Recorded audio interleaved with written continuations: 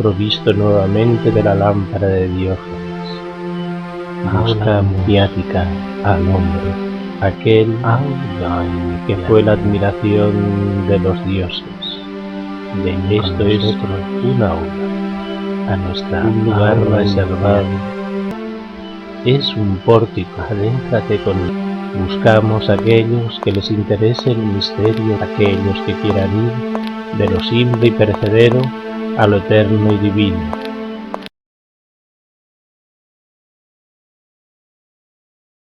Antes de empezar la tertulia, tú habías comentado de que alguna persona, repasando los vídeos antiguos, se daba cuenta de que la calidad en imagen y sonido dejaba mucho que desear. Es decir, nosotros venimos de un tiempo, por lo menos yo mismo vengo de un tiempo donde no estaban estos medios, no había estas facilidades, no teníamos ni vídeo, ni teníamos grabadoras, y todo lo poníamos con buena voluntad y se cogía el sonido ambiente. Y ahora ya la gente ha nacido y está acostumbrada a una calidad digital, que está todo con CAS, cada vez está más pulido, las imágenes son mejores. ¿Por qué saco este tema? Para que este tema nos dé pie a otro. Vosotros habéis entrado con el tema de la nostalgia, es decir, las cosas que más o menos se viven, y hace bueno el dicho aquel de que cualquier tiempo pasado parece que fue mejor. Parece, lo dices. No quiere decir que lo sea o no lo sea, solo que cuando se es más joven, se viven las cosas con más intensidad, y con el tiempo uno se le quedan los momentos más dulces y lo saborea más.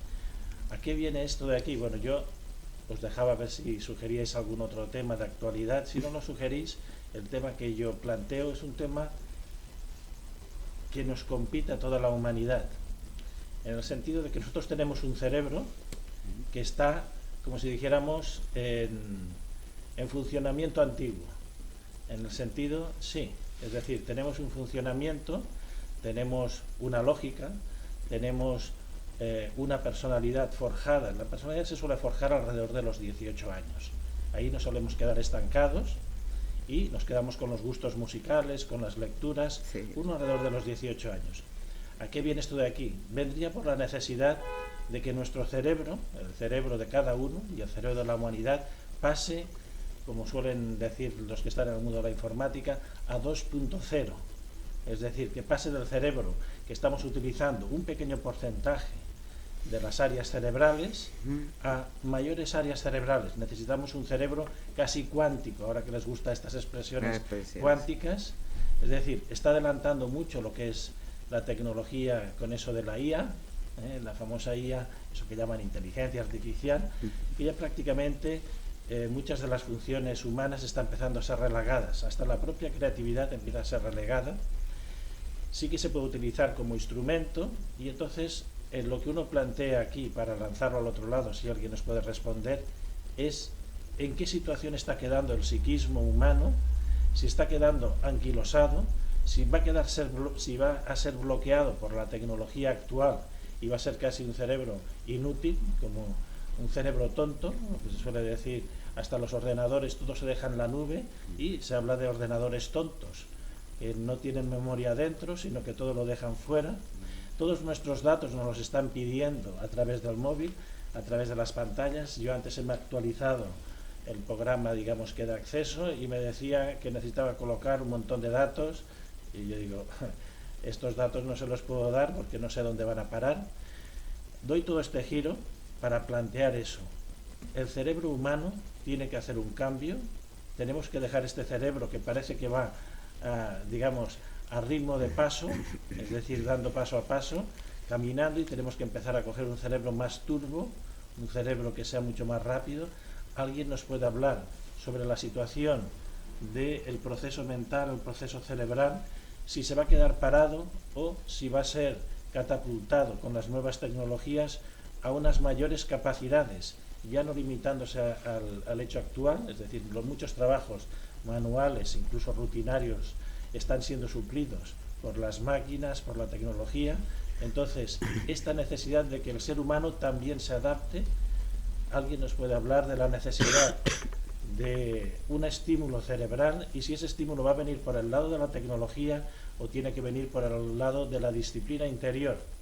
Es decir, de un trabajo interno, de desarrollo, de asimilar cómo abrir estas otras áreas que están en el cerebro. A ver, aquí hay un ser que lleva rato y ha hecho el gesto de querer Bueno, pues, abrir la boca para hablar. Por eso por te he eso interrumpido. estaba Lo yo siento. alargando en exceso a ver si alguien se prestaba. No, lo que él dice es que estamos abocados, si no hacemos algo, a que nos pueda ganar por la mano la propia tecnología. Dice que lo que estamos consiguiendo es que nuestro cerebro no solamente se pueda quedar atascado o parado, sino que tienda a un retroceso. Y dice que lo dice con todas las palabras.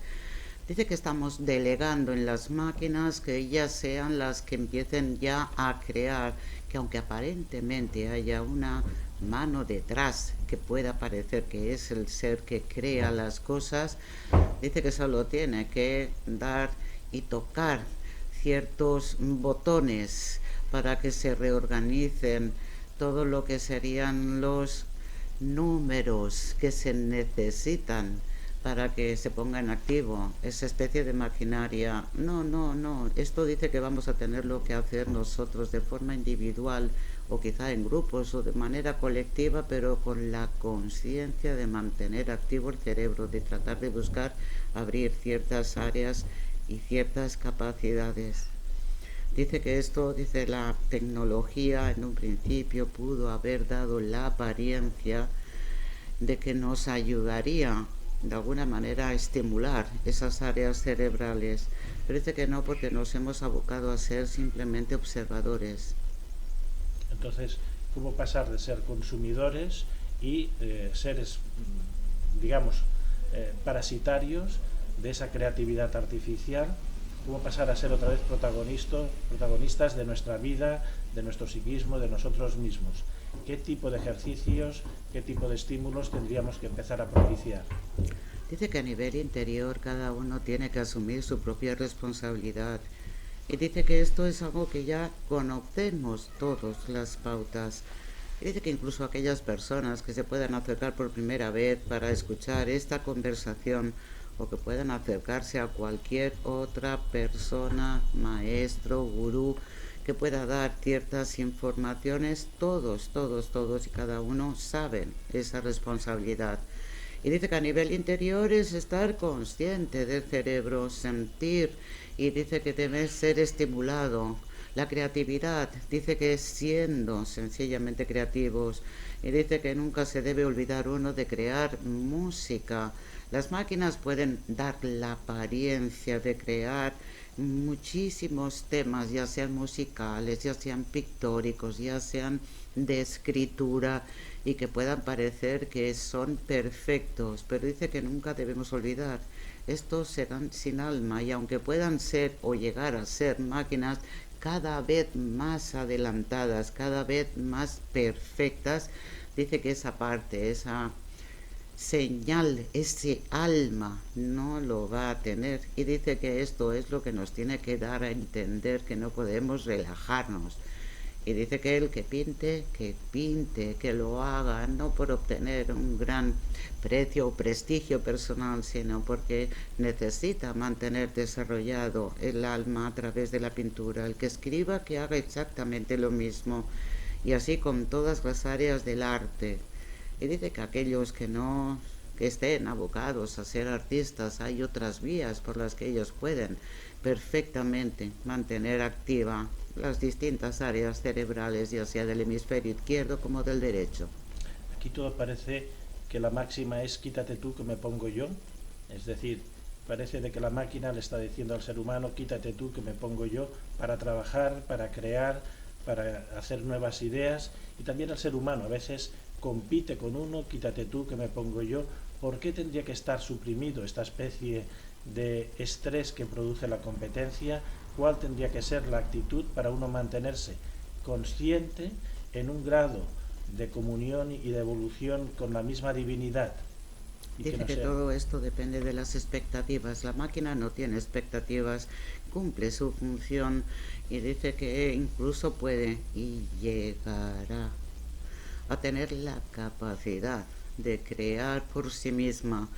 Dice que no está tan lejos en el tiempo. El ser humano, cuando compite con otros, para cuando quiere ponerse y tener no solamente la medalla que se le pueda colgar por sus méritos.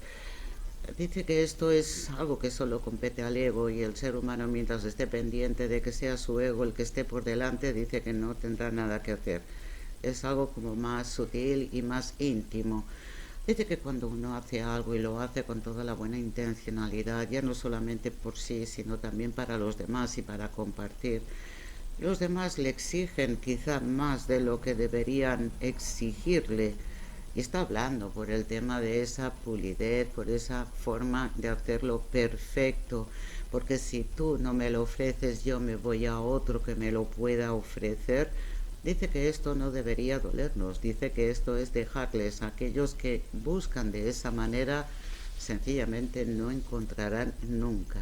Hay también una interpretación en los últimos siglos, en esto que llamarían las ideologías, no sé cómo llamarles, porque a veces los términos izquierda, derecha y demás son ambiguos y no definen las cosas, pero bueno, hay un grupo de gente que define a la especie humana como una especie productiva. Habla del mundo del trabajo como si fuera lo esencial. Si el trabajo lo suprimen las máquinas, ¿a dónde está relegado el ser humano? En vez de ser un ser productor, un ser que ha sido esclavizado, un ser que ha vendido su mano de obra, su tiempo, ¿dónde tendría que centrarse la persona si ya no es el elemento básico en la producción? Dice que para eso tiene todavía que pasar mucho tiempo hasta que llegue ese punto en el que el ser humano ya no tenga que estar al frente de las distintas fábricas, de los lugares donde tenga que ser natural su propio trabajo de forma manual. Dice que llegado ese periodo de tiempo no va a ser de un golpe ni de un día para otro, y el ser humano se irá aclimatando, irá encontrando su espacio. El problema es que el ser humano no sabe estar sin hacer nada. Y aquí sonríe, dice que cuando eso se da es cuando vienen entonces las obsesiones, los que quieren y tienen y disfrutan poco del tiempo de ocio, necesitan estar y utilizar la vía de la sociedad, estar con gente, buscar gimnasios, viajar. Es una especie de algo impulsivo que le obliga a tener que hacer algo, porque estar sin hacer nada no es bueno para él, o le hace sentir que no es bueno. Dice que eso lo va a tener que aprender. Claro, en este sentido aquí hay un dicho que dice que hombre parado, malos pensamientos. Esto que hace que una persona entre en una fase de depresión cuando se sienta inútil. ¿Cómo suplir ese no hacer nada? ¿Cómo pasar del tiempo del laboro, del tiempo de la acción, a la inacción? ¿Cómo estabilizarse en esa, digamos, no acción, en ese wu wei que dirían los orientales? ¿Cómo permanecer ahí creativo y útil, es decir, en el sentido de para la misma creación, para el mismo ser, para la misma realidad? Dice que todos los tiempos, la gente que ha llegado a cierta edad en la que ya no era posible la viabilidad del trabajo, en labores del campo, en estar en lugares donde se requería de su trabajo, dice que salvo poquitas excepciones, la mayoría no solamente eran respetados, sino que además eran personas que sabían encontrar su propio lugar y buscar la actividad necesaria para seguir sintiéndose vivos. Dice que esto es lo que va a tener que llegar a hacer el ser humano. Ha vivido toda la vida hacia afuera y dice que lo único que le va a quedar es acostumbrarse a volcar la vida hacia adentro. Y siempre le ha tenido pavor a vivir hacia adentro, a percibir qué es lo que podía encontrar dentro de sí. Es ahí de donde pueden venir esos pensamientos oscuros. Dice que hay múltiples actividades que puede hacer. Dice que no es necesario que tengan que realizar las actividades que otros se marcan como lo habitual o normal para aquellas personas que ya dejan de trabajar, ya sea una persona joven, porque su trabajo lo hacen ahora las máquinas, sino incluso la gente ya de cierta edad que buscan el término de jubilados. Dice que todos ellos pueden llegar a encontrar ese punto, pero dice que eso es de algo privativo de cada uno. Tiene que buscar ese momento de mirar hacia adentro sin miedo. de ser capaz de estar cerrando los ojos, de ser capaz de poder ver a los pensamientos o todo el pupurri que tiene a nivel mental y plantarle cara, y dice que ahí es donde comenzaría realmente su tarea. En ese sentido, si dejamos de darle importancia al hacer y nos centramos en el ser, ¿qué resultado obtiene el ser humano que simplemente se conforma y goza con ser? Dice que eso entraría entonces en una nueva fase y siempre habla a nivel general, no a nivel individual. Si esto ocurriera, que es un número importante de seres humanos que dedicaran el tiempo a ser, dice que sencillamente transformaría su percepción de la vida, la percepción de las cosas. Y dice que no está hablando de que el mundo fuera un mundo perfecto con los seres humanos viviendo de esta manera, pero sí que cambiarían los malos hábitos, no serían personas tan fácilmente sugestionables para que otros pudieran manipularles. Dice que adoptarían entonces esa personalidad consolidándola. Podría ser que buscaran luz, también podría ser que aprovecharan esa fuerza o poder nuevo que han adquirido para otra vertiente no tan luminosa. Pero dice que en todo momento sería cada uno con el libre albedrío el que podría llegar a ejecutar todo esto. Y dice que aquí entonces ya no habría a quien culpar, ya no habría a estas entidades tóxicas que se aprovechan de ellos. Si el ser humano llega a estabilizarse en esa conciencia de ser, sin mayor objetivo que ser, sin expectativas de hacer ni de producir, ni de vivenciar, simplemente disfrutando de la creación y siendo parte integrada en ella, ¿qué tipo de especie sería? ¿Sería algo similar a la especie humana o sería un ser abierto a la multirrealidad y a otro tipo de experiencia sensitiva o experiencia de conciencia? Dice que estaría a un paso de empezar a entrar en un estadio de un ser humano más que humano. Sería alguien abierto a experimentar la multirrealidad. Y dice que aquí, al ser varias personas quienes lo llegasen a hacer, ya no habría nada que ocultar, no habría nada que esconder, y ese tipo de vivencias y experiencias estarían ahí para que luego incluso ellos pudieran enseñar y llevar de la mano, preparando a las generaciones que continúan detrás. Dice que evidentemente no habla de ese cambio brusco de un ser humano a un ser divino. Dice que no, aún estaríamos lejos de esto, pero sí de un ser humano elevado, una tonalidad mucho más alta y que podría llegar incluso a realizar grandes gestas. Y dice que esto hace un gesto como diciendo, ya lo están ellos echando de menos. En este sentido, cuando una masa crítica de la humanidad se dé cuenta que la producción y la acción no es lo que le va a ayudar a sentirse realizado, ¿qué tipo de hombre, qué tipo de mujer será el resultado? ¿Será un ser amoroso? ¿Será un ser serio y distante? ¿Cuál es el resultado de esa persona que se estabiliza en su conciencia, digamos, de ser? Dice que todo va a depender de cada uno. Y dice que depende de cómo hacia adentro de sí y de conexión con el exterior esté viviendo esa experiencia. Dice que esto no va a hacer que todos sean iguales. Muchos podrán ser seres que sería como recuperar de nuevo la ingenuidad infantil, la vivencia de los niños, la espontaneidad, esa capacidad amorosa de ver la vida como algo mágico e incluso de estar siempre a la expectativa de que algo fantástico va a llegar de forma continuada, que les haría seres agradables, sonrientes, amorosos. Dice que también habría algunos que podrían vivir como más dolorosamente la experiencia, queriendo más sin poder llegar, pero dice que eso forma parte de la idiosincrasia de todos los seres humanos, cada uno viviéndolo de una forma absolutamente distinta. En este caso, lo que son tradiciones espirituales, como el cristianismo contemplativo y las meditaciones de carácter oriental, quizás serían la primera puerta de acceso para que la gente se acostumbre a no hacer nada y ser Es decir, lo que se considera actualmente perder el tiempo, en este caso sería ganarlo como seres de vida. Dice que por supuesto, y podrían ayudar y mucho las distintas técnicas, ya sea de la propia religión cristiana, sencillamente con la oración, sencillamente con un estado de devoción a la propia divinidad, en ese no hacer nada, pero a la vez haciéndolo todo.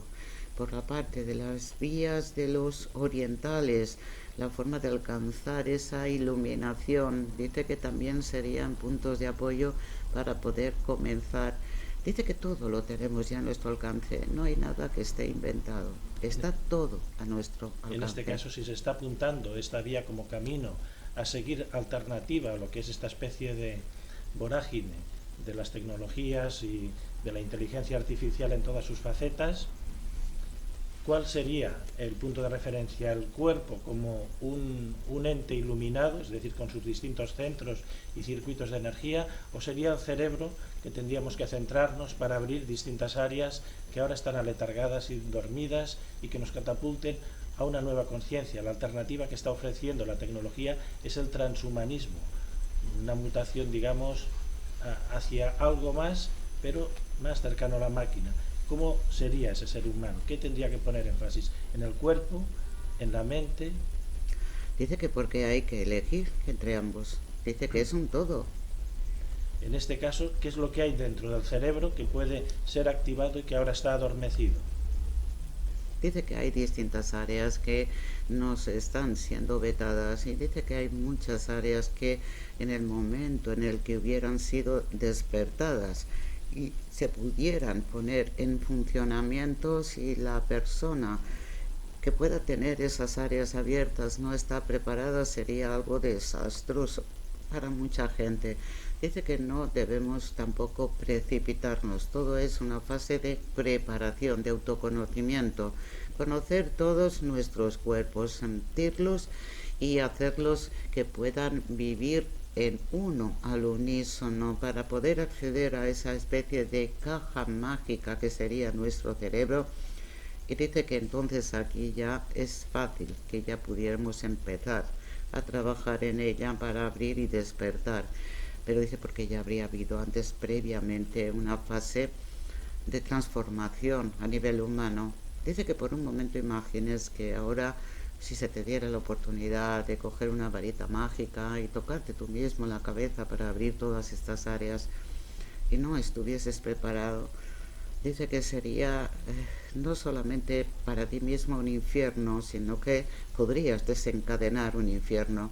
Es por esto que, gracias al cielo, a la propia divinidad, se nos ha vetado. La preparación, ¿qué camino tendría que seguir desde lo que diríamos la sociedad actual, tal como es? Aquí no contesta, porque dice que esto ya está respondido. Sí, pero aunque esté respondido, ya que esto lo hacemos público, ¿qué sería? Acostumbrarse a estar inmóvil, prestarse atención al cuerpo como una meditación sensitiva, descubrir el potencial del afecto, descubrir las distintas áreas que tienen distintos matices, gozar con ese viaje interior. ¿Sería esa una primera vía para empezar a estar preparados? Es que hace un gesto con las manos, dice que ya lo sabemos, pero no lo sabes solo tú o los que están aquí presentes en esta sala. No, dice que lo saben ya todos. Al saberlo todos, hace referencia a toda la humanidad como un conjunto general. Sí, pero dice que aunque pueda parecer que hay gente que busca, obsesionada hacia afuera, lo que ya sabe dentro de sí. Y dice que aunque él ahora dé esa respuesta, dice que de poco serviría si siguen todavía buscando lo que tienen por fin que tratar de encontrar dentro. El autoconocimiento pasa por descubrir todas las vías a nivel físicas, a nivel energética. Dice que es un conocimiento que es algo como un viaje individual, único, muy personal, pero necesario. Y dice que mientras no pasen por esas vías, no servirán de nada las palabras. Hay dos caminos que se ofrecen a la persona que se adentra en ese terreno, lo que algunos llamarían el camino de la conciencia o el camino de la energía. Unos empiezan desde la conciencia, desde la serenidad, desde la claridad mental y se van abriendo al mundo energético. Otros entran de golpe en la energía y tienen que aprender a galopar al tigre o al dragón. ¿Cuál de las dos vías, digamos, sería la más accesible para la humanidad de ahora? Se está riendo aquí. Dice que tal y como está ahora la humanidad, la mejor sería la vía de la conciencia. Dice que tal y como está también la humanidad ahora, la vía de activar la energía y no saber luego cómo manejarla como si fuera un caballo desbocado no es aconsejable. Y de hecho ya hay gente que trata de buscar ese acceso a través de la vía de la energía mediante el consumo de plantas sagradas, pero dice que no están teniendo el conocimiento necesario para ello. Dice que la vía de la consciencia, tal y como está ahora el mundo, es la más aconsejable, aunque de todas formas dice que da igual el sendero con el vehículo que uno quiera utilizar para adentrarse en ese territorio, todos van a conducir a lo mismo. Ahora se encuentra también la humanidad de que tal como se ha seguido, los pasos se hacen muy largos. Parece de que se necesita infinidad de vidas, de existencias y de consagrar toda una existencia tan solo al ir abriendo, acostumbrándose a las áreas cerebrales, a los centros vitales, a los cuerpos energéticos de dentro. ¿Esto va a ser así o va a venir algún aporte de energía desde el exterior o desde la divinidad que acelere el proceso para enfrentarnos un poquitito con las mismas armas a este acelerón que está haciendo la tecnología? No, él dice que esto no lo puede responder. Hay algunos que confían en que desde el centro de la galaxia vendrá como una oleada energética que podría barrer las limitaciones y los bloqueos del ser humano. Otros esperan como una especie de Pentecostés, un descenso de la gracia. Entonces, ¿en qué vías ahora se encuentran? No. ¿Sí? Dice que no lo puede. No puede porque no lo tiene permitido el desvelar este dato. No lo quiere contestar. No. Bueno, pero mucha gente ahora se está planteando desde esta especie de aburrimiento, de estío que está ofreciendo el no hacer nada, pues eso, entrar en esos circuitos de plantas sagradas, de pases magnéticos, de estímulos, digamos, de electrónicos. ¿Eso a dónde conduce? Dice que ya lo he explicado antes, si no hay una formación y un conocimiento interior, las plantas sagradas ayudan, pero ayudan como si fuera el punto prácticamente final. Es como el proceso de una celebración religiosa. Al final es cuando se da la Eucaristía. Antes ha habido un periodo previo, lo pone como una comparación para que nosotros podamos entender que no es bueno solo el quererlo, el tomar la planta y que la planta se encargue de abrirnos la mente y que nos dé acceso a todo. Dice que no es así como deberíamos hacerlo, pero dice que esto ya se encargarán cada uno cuando descubren que no conduce a nada o que no les ha despertado lo que ellos querían, el poder ver o sentir. Dice que nada más puede hablar, dice que tal y como están ahora las cosas, primero tienen que pasar por el proceso del autoconocimiento, no son palabras, es la vivencia y la experiencia lo que tiene que ser tangible, real, auténtica. Y dice que esto puede durar tiempo. Ese autoconocimiento se están ofreciendo también dos vías, la tecnológica, que hay quien dice que con ciertos implantes, digamos, o añadidos tecnológicos en el cerebro se pueden activar áreas del cerebro, estimular la memoria, darle más capacidades. ¿Esa vía dónde conduce estos que tiran por el tecnofuturo? Dice que estos que tiran por el tecnofuturo sí que es cierto, pueden despertar ciertas áreas o las estimulan quizá un poco más, pero dice que esas áreas que están selladas no las abrirán con la tecnología.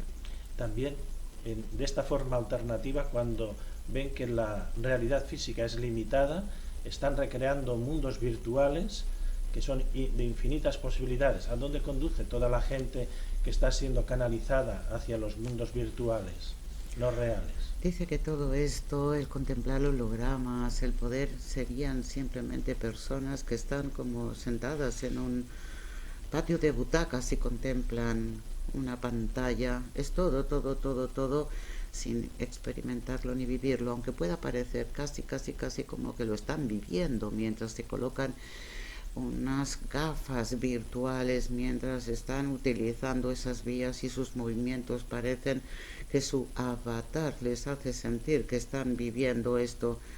No, él no está de acuerdo. Dice que esto es una época de borrachera que pasará.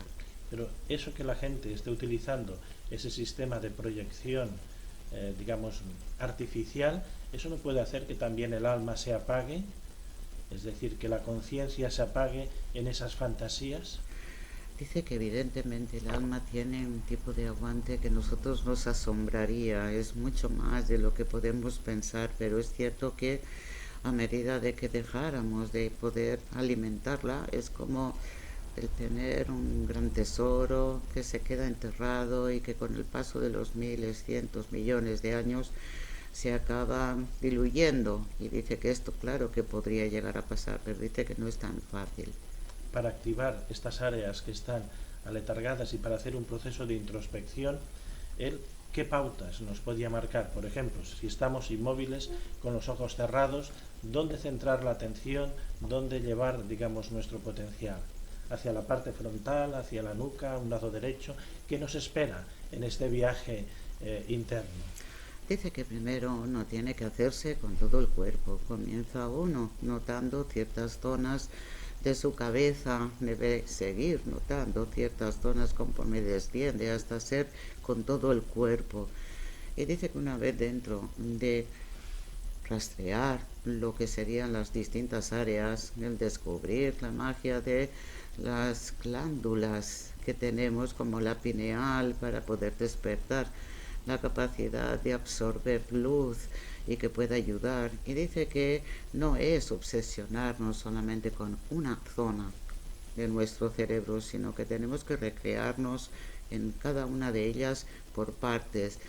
Y dice que es sentirla. Todos conocen, o casi todo el mundo conoce cómo debe de funcionar un cerebro, el área donde quiere centrar más su atención, la zona, la que rige el vocabulario, la que rige la parte más creativa. Dice que todo esto es estando en silencio y sintiendo esas zonas, no imaginando que las sientes, no visualizando que lo sienten, sino sintiendo y de verdad. Y dice que a veces sentir cuesta, pero dice que se tiene que buscar y ser lo suficientemente disciplinado para persistir hasta conseguirlo. Al sentir esas áreas, el cerebro parece que se expande sin límites y que consigue una especie de serenidad contemplativa.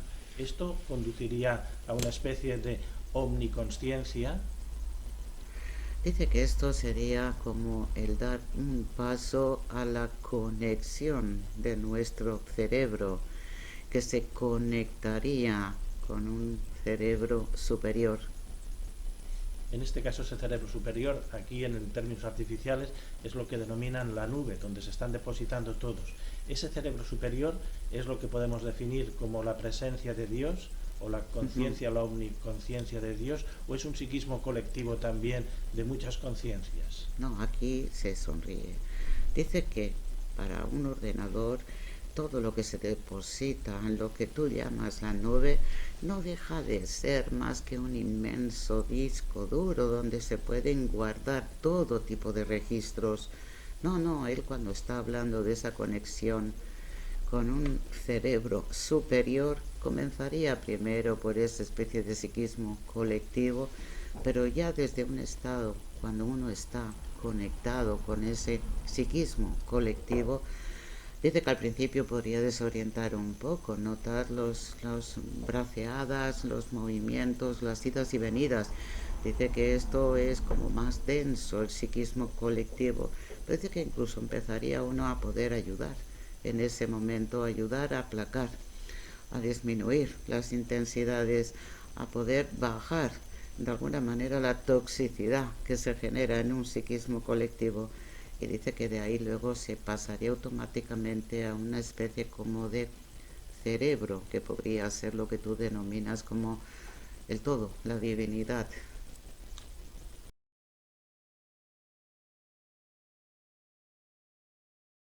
cuando vemos estampas de santos, tanto en el cristianismo como en las figuras orientales, budistas, hindúes, se les ve una aureola alrededor de la cabeza. ¿Eso es una aureola simplemente simbólica o representa la iluminación del cerebro? Dice que eso es mucho más que el cerebro y es la representación de una especie de halo de energía, pero casi como se hace con un simple aro a la hora de representar los cuadros, las pinturas. Dice que no, que es muchísimo más amplio. ¿Dónde se genera esa luz? De todo, el cerebro. ¿Pero es en todas las células del cerebro o parte desde el núcleo central, que clasifican como la glándula pineal? No, dice que cuando se consigue ese halo luminoso es todo el cerebro, cada una de sus áreas está despierta e iluminada. Dice que si no, no sería posible que viéramos ese halo. La energía que hace posible la iluminación psíquica provee desde la base del coxis, eso que denominan la energía kundalini, o provee de la gracia que desciende de los cielos entrando por la fontanela. Dice que hay algunos que pueden proveerse de ese tipo de energía por la parte alta de la cabeza. Dice que es la más habitual, la más desconocida, es la energía despierta de la kundalini. Esta suele generar quizá a lo mejor como más revolución a nivel interno y no todo el mundo está capacitado para saber manejarla. ¿Qué diferencia hay entre un despertar, en ese caso de la Shakti Kundalini, o del descenso de la gracia divina? Dice que la una busca el conocimiento a través del afecto, el amor y esa conexión con la creación, con la propia divinidad. La otra simplemente es un despertar de poder. Y dice que el poder es muy goloso, pero a veces es arriesgado y difícil de controlar. En estampas también religiosas, cristianas, vemos como a Santa Rita de Casia le entra como un rayo de luz por la frente, proveniente de lo que es la corona de espinas del Cristo, que atrae hacia la frente esa energía. ¿Qué es lo que produce? Dice que lo que produce es sencillamente una especie de chorro de luz que despierta no solamente la capacidad de ver lo que otros no ven, y dice que esto es lo que provoca aquí.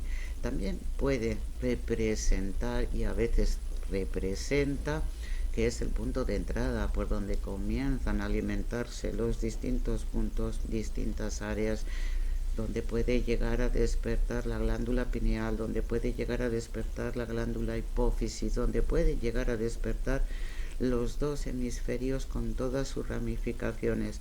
Pero dice que lo que es habitual cuando se recibe este regalo es el despertar de la visión. También en algunas estampas, estoy recurriendo a lo que es las estampas cristianas, católicas, porque de alguna forma representan también algo este esquema de despertar psíquico y sensitivo. También las orientales, cuando se ven imágenes de místicos, imágenes de lo que es la Madre Celestial, que tiene la cabeza inclinada hacia un lado, hacia el otro. ¿Esta inclinación de la cabeza es simplemente un gesto físico o es también una atracción para estimular un área cerebral? Dice que todos los gestos de estas imágenes, dice que son un verdadero mudra, una expresión que tiene que ver con el comportamiento de las manos y los gestos del propio cuerpo en sí mismo. Es una forma de meditación activa que ayuda a despertar. Y dice que todos aquellos que en ese momento pudieran hacer como una representación de lo que está haciendo la Madre Divina, con las manos extendidas, con la cabeza hacia un lado o hacia el otro, o incluso elevando la cabeza hacia arriba, contemplando el cielo. Si nosotros pudiéramos representar esas figuras, dice que lo tendríamos que hacer consciente, pidiendo que se nos bendijera con la luz divina en esas zonas que quedan al aire cuando se hace esa representación. Este sería un sistema alternativo de no andar, digamos, contemplando lo que es la tecnología, es decir, sería una forma de sensibilizarnos a través de las manos, la frente, el cerebro, incluso el pecho, intentando sentir cómo nos alimentamos de esa energía, sería una forma de entrar en esa otra vía, digamos, de esa que llamaba 2.0, es decir, de un humano distinto al actual. Dice que sí, y dice que es la que realmente, siendo nosotros, podríamos tener acceso. De la otra manera seríamos meros espectadores, no tendríamos acceso. Aquellos que quieren conseguir esto mismo, pero con estímulos tecnológicos, ¿qué diferencia hay entre esa forma artificial y la otra forma consciente y voluntaria? Dice que puede que para la gente que lo hace de forma consciente y voluntaria puede representar tiempo, esfuerzo, pero dice que lo que se consigue se queda. Ellos pueden tener en apariencia una especie como de chispazo que parece que les despierta, pero dice que aquí habría muy poco fondo del que abastecerse, no habría ningún fondo. Esta es la diferencia, por un lado vacío, por el otro lado llenado. Ya casi completando esta conversación de que el cerebro tiene que cambiar, es decir, tenemos que dejar de tener esa actitud pasiva. ¿Qué más nos puede él decir para ese potenciar ese otro lado de ser y no andar siempre a merced del hacer? Dice que cuando hagamos lo que tenemos que hacer, intentando abrir, despertar, ya no solamente ciertas áreas cerebrales, sino hacer nuestro propio cerebro, el comprender nuestra capacidad creadora en los pensamientos y no permitir que ellos acaben arrastrándonos, el poder también comprender que hay incluso entidades que a veces nos inoculan y envenenan, y ser capaces de discernir aquellos que son nuestros, frutos de nuestra propia creación, de lo que no lo son. El tener ese conocimiento es la primera parte, la más importante. El saber estar a solos, el no querer cerrar ni apagar nuestro cerebro creyendo que así lo acallamos, sino poco a poco acostumbrándonos a llevar nosotros el control, a bajar y subir el volumen a nuestra conveniencia. Dice que esta es la primera parte, dice que ya lo demás ya ha sido explicado. A veces hago una comparativa. Una cosa sería el tecnofuturo, lo que nos está ofreciendo ahora la sociedad tecnológica y actual, y la otra suelo denominarla la mística ficción. ¿Cuál sería el resultado como especie de este ser iluminado psíquica y energéticamente? ¿Cuál sería su modelo social o vivencial? ¿Sería un modelo todavía limitado a las 3 dimensiones o estaría abierto a la multirrealidad? Dice que aquellos que consiguieran llegar y pasar la línea y conocer la multirrealidad, no solo de conocimiento, sino de experimentación, dejarían de habitar la Tierra. Sería imposible poder permanecer en este mundo en 3 dimensiones. Para aquellos que hayan conseguido dar esos primeros pasos, dice que tendrían que hacer esa especie de seguimiento. Y dice que llegado a ese punto, lo que tú hablas de mística, ficción, representaría la ruptura con la rueda eterna de reencarnaciones, la no necesidad de regresar. ¿Cuál sería entonces, digamos, el panorama que tendría ante nuestras conciencias la realidad? ¿Cómo sería? Aquí te sonríe pero no contesta. Es decir, muchos esperan eso que llamarían el cielo a la tierra. ¿Cómo sería ese posible cielo en la Pero tierra? él dice que eso él no lo puede responder, no, porque no lo conoce, no puede ni siquiera plantearnos cómo sería esa visión. Pero dice que esto no es lo más importante. Dice que lo que es realmente importante es que nosotros hagamos nuestro ese sueño y lo materialicemos, nada más. En este caso también, no tan solo la claridad o lucidez mental, ¿qué valor tiene el sentido del amor? Dice que el amor es todo, y dice que nunca se puede dejar a un lado en aras de perseguir otros objetivos. Dice que no serviría absolutamente de nada todo cuanto hiciéramos si no permitiéramos poner el amor en cada uno de esos pasos. Hay gente que busca en la meditación simplemente la serenidad y la claridad mental, dejando así de lado esa parte afectiva. ¿A dónde les conduce estos que simplemente buscan la serenidad? Dice que a estar un tiempo como en sosiego, como el estar tumbado en la arena de una playa durante un tiempo. Dice que luego sería insuficiente. Ahora, ¿qué es lo que ocurre con aquellos que viven en una especie de continua embriaguez amorosa?